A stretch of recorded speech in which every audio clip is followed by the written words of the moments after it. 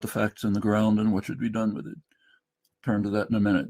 A second is questions of what terminology to use to describe what's happening. Here, you can decide that you are willing to live in a bubble as distinct from the entire world. You're free to do that.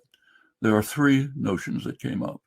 The biblical rights, which have absolutely no status, none. Nobody in the world can say 2,000 years ago, here's my story of what happened, so therefore I have a right to do it now. You can't live in a world like that. Nobody in the world ever makes such a claim. You want to make it, okay, but then just admit I'm out of the world, distinct from the world. Now, yes, totally distinct. If you really want to play that game, the Palestinians have more of a right to claim to be descendants of the population from 2,000 years ago than I do. My ancestors probably come from the Caucasus. Their ancestors come from Palestine. The Canaanim were correct about this. So you don't want to get into that game. Biblical rights have no status. Now let's turn to legality and occupation.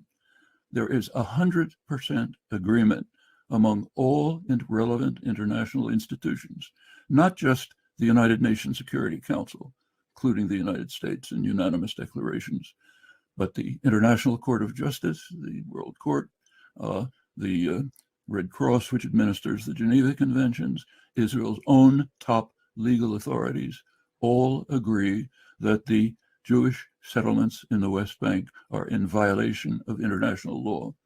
100% agreement. Israel doesn't agree, fine. Israeli Jews want to live in some little bubble of their own, they're entitled to do so. But you can't overlook the fact that that every relevant international institution disagrees on the question of legality. Same with occupation. Every relevant international institution recognizes that Israel is occupying not only the West Bank, but that it's also the occupying authority in Gaza. So as far as terms go, the correct terms are Greater Israel, Israel's illegal expansion into the West Bank. It's hundreds of thousands of settlers there.